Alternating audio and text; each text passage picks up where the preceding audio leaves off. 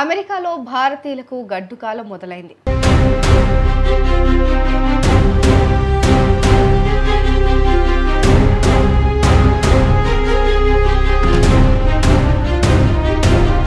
Donald Trump అధికారంలోకి వచ్చిన తర్వాత ఈ విషయం పైన ఇప్పుడు చాలా టెన్షన్ ఎక్కువైపోయింది.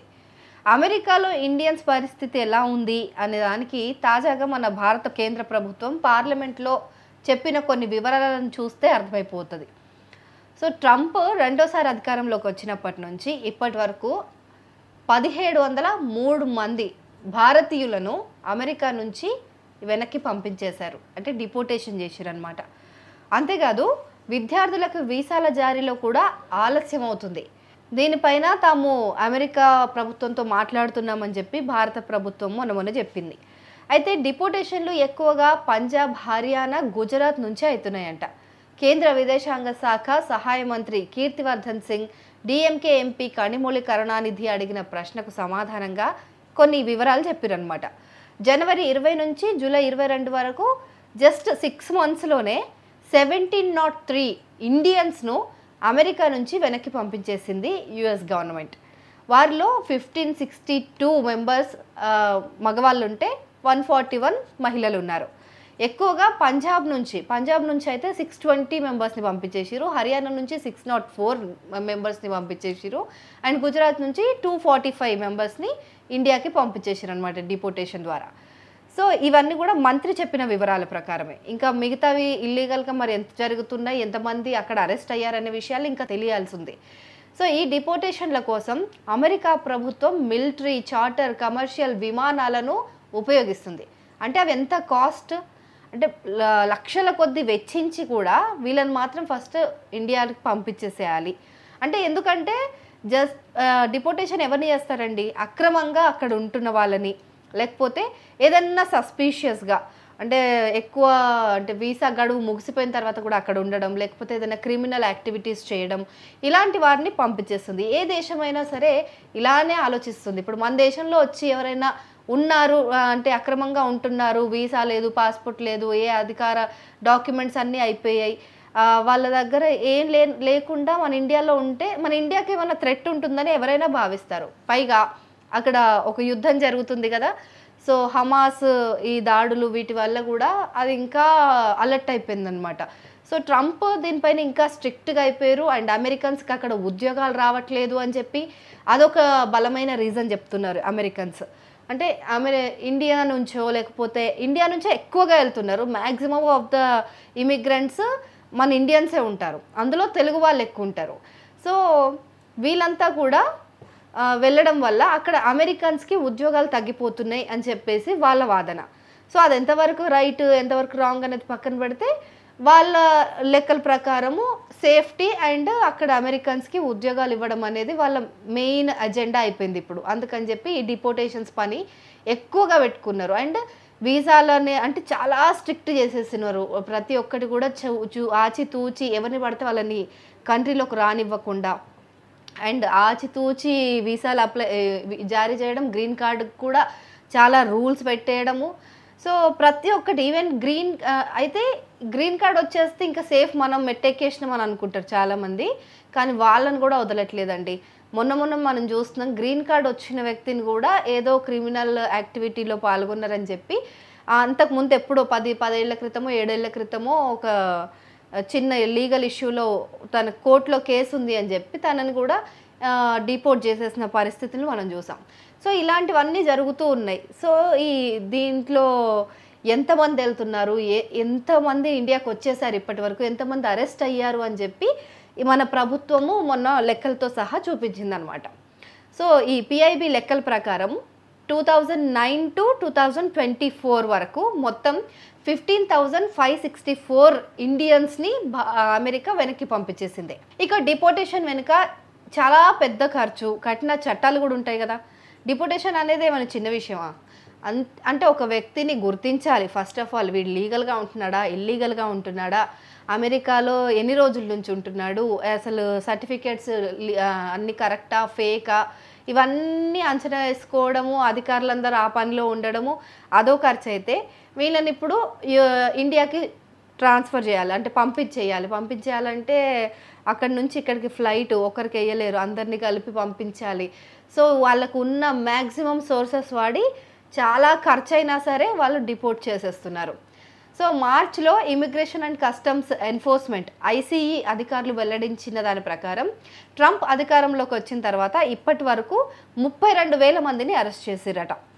ఇక వీళ్ళు అక్రమంగా దేశంలోకి వచ్చిన వాళ్ళు అని చెప్తున్నారు వాళ్ళు. అంటే వీసాలు ఇవన్నీ లేకుండా కొంతమంది బార్డర్ ద్వారా బ్రోకర్స్ ద్వారా వెళ్ళిపోతూ ఉంటారు. సో అలా వెళ్ళిన వాళ్ళు కొంతమంది అయితే, ఒక వీసా చెప్పి ఇంకో పని కోసం వచ్చిన వాళ్ళు, అలాంటి వాళ్ళు, వీసా గడువు ముగిసిపోయి ఉన్నవాళ్ళు, ఇంకా ఏదైనా నేరం చేసి ఉన్నవాళ్ళు, ఈ అరెస్ట్ల తర్వాత వాళ్ళను కంప్లీట్గా డీటైన్ చేసి ఉన్నారు. సో ఈ నిర్బంధానికి కూడా చాలా పెద్దగానే ఖర్చు అవుతుంది. డిటెన్షన్ కూడా ఖర్చుతో కూడుకున్న వ్యవహారమే కదా. అందుకే ప్రభుత్వం ప్రైవేట్ జైళ్ళ నిర్వాహకులతో కూడిన ఒప్పందాలు చేసుకుందనమాట. సో గవర్నమెంట్ జైల్స్ సరిపోక ప్రైవేట్ జైల్స్లో ఒప్పందం కుదుర్చుకొని వాళ్ళతోటి ఈ డిటెన్షన్ అనేది ప్రాసెస్ చేస్తుంది. ఆ 32,000 మందిని ఎక్కడ ఉంచాలి? జైల్స్లో ఉంచాలి, లేకపోతే డిటెన్షన్ సెంటర్స్ ఏమన్నా పెట్టుకోవాలి. సో ఇవన్నీ డీల్ చేసుకొని అదో పెద్ద ఖర్చు ప్రభుత్వానికి. ఇక ఒక కంపెనీతో చేసుకున్న ఒప్పందం ద్వారా వారికి ఏటా $180 మిలియన్ ఆదాయం వస్తుందని అంచనా. ఇక ఈ డిపోర్టేషన్ కేసులను పరిష్కరించేందుకు ఎగ్జిక్యూటివ్ ఆఫీసర్ ఫర్ ఇమిగ్రేషన్ రివ్యూలో లాస్ట్ క్వార్టర్లో ఏకంగా 40 లక్షలకు పైగా కేసులు పెండింగ్లో ఉన్నాయని చెప్తున్నారు.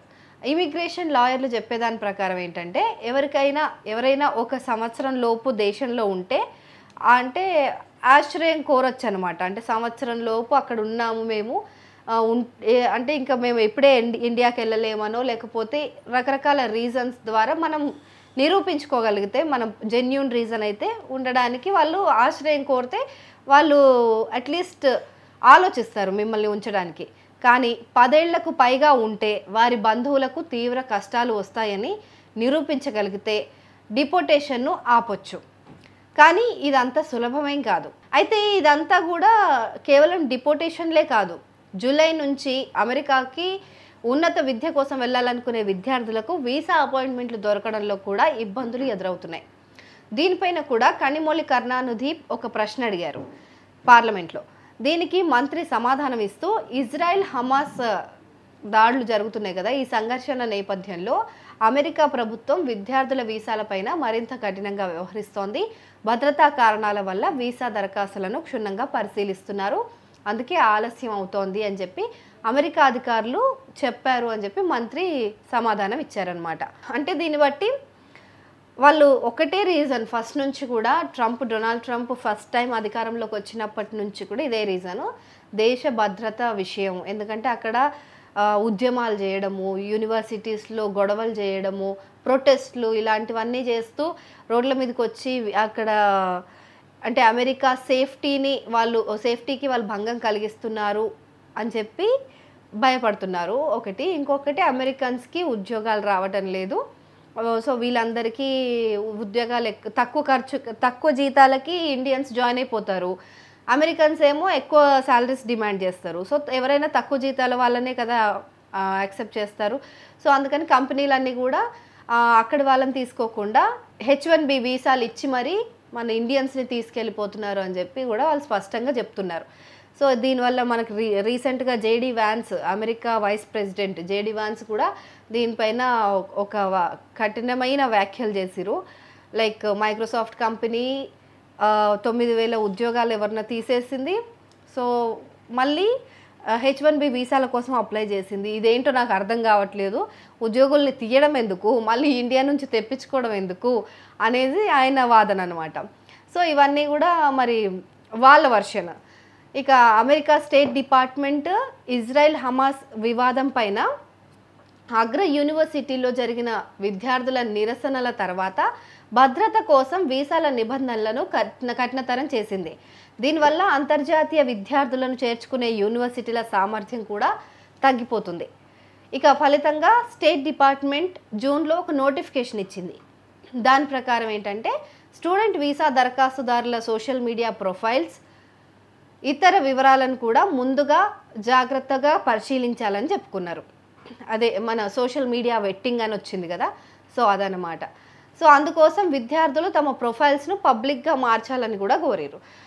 అంటే పబ్లిక్గా చేయడం వల్ల మీరు ఎలాంటి వాటికి కమెంట్ ఇస్తున్నారు, ఎలాంటి వాటిని లైక్ చేస్తున్నారు, ఎలాంటి వీడియోలు ఎక్కువగా చూస్తున్నారు అనేవి వాళ్ళు టాలీ చేసుకొని అప్పుడు మీకు వీసా ఇవ్వాలా వద్దా, అసలు మీరు అంటే ఒకవేళ వీసా ఇచ్చే వాళ్ళకేమో ముందు సోషల్ మీడియా వెట్టింగ్ జరుగుతుంది. ఈవెన్ అక్కడ అమెరికాలో ఉంటున్న వాళ్ళకి ఇప్పటికే F1 H1B వీసాలపైన ఉంటున్న వాళ్ళు కూడా వాళ్ళ సోషల్ మీడియా హ్యాండిల్స్ని పబ్లిక్లో పెట్టుకోవాలి.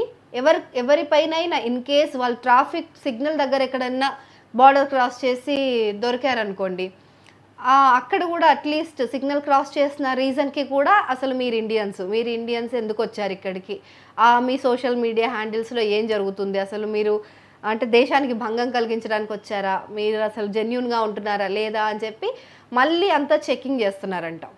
సో ఇదంతా ప్రాసెస్ ఇంటర్లింక్డ్ ఉంది. సో ఎవరైనా సరే ఇతర దేశం నుంచి అక్కడికి వెళ్తున్నారు, అక్కడి సిటిజన్ కాదు అని అంటే ఖచ్చితంగా వాళ్ళు కంప్లీట్గా మీ బ్యాక్గ్రౌండ్ చెక్ అనేది చేస్తూ ఉన్నారనమాట. సో చాలా జాగ్రత్తగా ఉండాలి, మనం లీగల్గా ఉండడానికి ట్రై చేస్తూ ఉండాలి.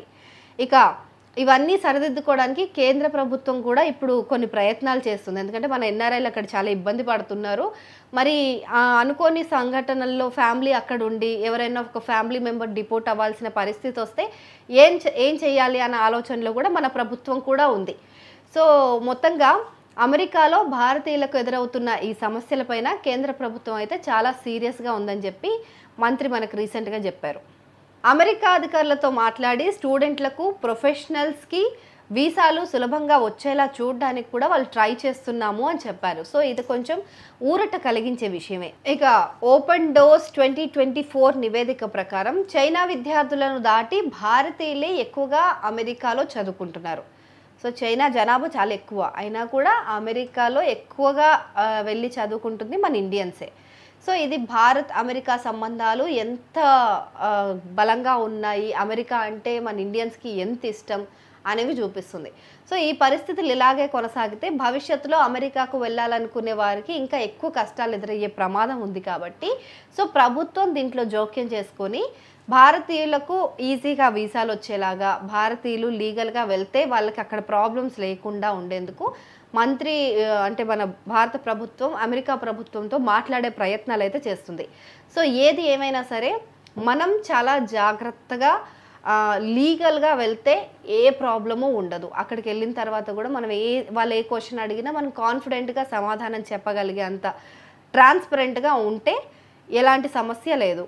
ఏదన్నా మనం చిన్న లోపం చేసుకొని ఏదో అక్కడికి వెళ్ళి కొన్ని రోజులు ఉద్యోగం చేసుకొని వచ్చేయాలి, ఎలాగో అలాగ ఇల్లీగల్గా అయినా ఫేక్ సర్టిఫికెట్స్తో అయినా వెళ్ళిపోవాలి అంటే కన్సల్టెన్సీస్ చాలా మిస్లీడ్ చేస్తూ ఉన్నాయి కొన్ని. సో వాటిని కూడా మనం దృష్టిలో పెట్టుకొని ఫ్యూచర్ని దృష్టిలో పెట్టుకొని, ఎందుకంటే ఇప్పుడు వెళ్ళి మనం సంపాదిస్తామండి ఫేక్ సర్టిఫికెట్స్ పైన, కానీ అక్కడ వన్స్ ఒక్కసారి దొరికితే మన ఫ్యామిలీ మొత్తం రోడ్డున పడుతుంది. సో అలాంటి వాటి జోలికి వెళ్లకుండా లీగల్గా వెళ్ళడానికి ట్రై చేయండి. లీగల్గా వెళ్తే ఎవరికి ఎలాంటి ప్రాబ్లం ఉండదు.